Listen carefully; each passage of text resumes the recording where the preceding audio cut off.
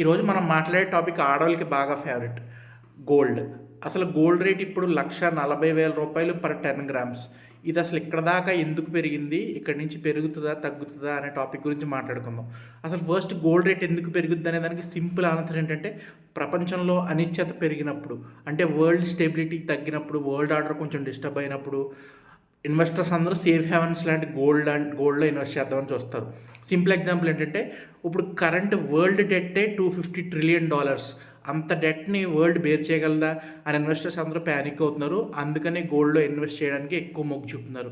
ఇన్వెస్టర్సే కాదు, central banks like RBI కూడా గోల్డ్లో ఇన్వెస్ట్ చేయడానికి ఎక్కువ చూస్తున్నారు. చైనా సెంట్రల్ బ్యాంక్ కానీ, అమెరికన్ సెంట్రల్ బ్యాంక్ కానీ ఎక్కువ గోల్డ్లో ఇన్వెస్ట్ చేయడానికే మొగ్గు చూపుతున్నారు. సో గోల్డ్ రేట్ బాగా పెరిగింది. ఇక్కడి నుంచి ఇంకా పెరుగుద్దా? ఖచ్చితంగా పెరుగుద్ది అనేది నా ఒపీనియన్.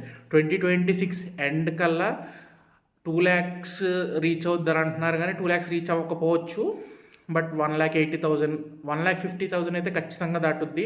2026 అవసరం లేదు, 2026 ఎండింగ్ వరకు అవసరం లేదు, 2026 మిడ్లోనే ఖచ్చితంగా 1,50,000 దాటుద్దని నా ఒపీనియన్.